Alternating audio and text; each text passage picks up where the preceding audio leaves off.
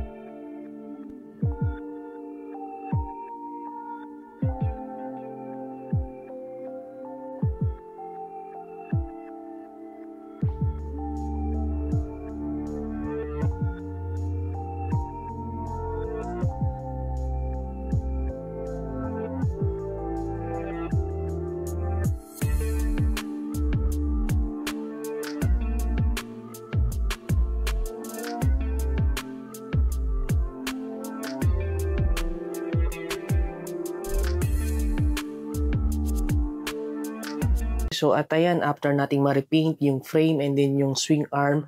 So ito guys, yung frame ng 010X natin. So yung color niya is silver gray. And then ito naman is black, na lahat sila guys is glossy. And then yung ating suspension, ayan, repaint din natin siya ng orange glossy. Ayan, pati itong tube. So lahat ni-repaint natin para magmukha siyang bago. And by the way guys, nakabili pala ako sa online. May nakita akong motor hub ng brand niya is Go Board. Ayan, Go Board na 1000 watts. So dual yung ikakabit natin. So for the meantime guys, wala pa akong maisip na controller na pwede kong ilagay dito. Kaya to follow na lang yung controller and din yung battery, kasi nakadepende ako sa controller para ma-measure natin kung hanggang saan lang yung ipapagawa nating battery.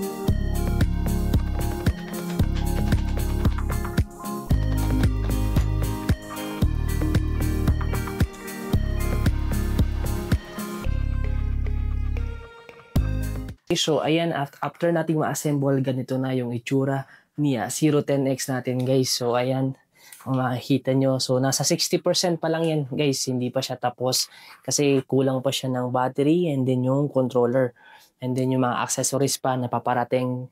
So inaantay pa natin siya. So next upload guys, i-complete na natin yung restoration natin dito kay 010X.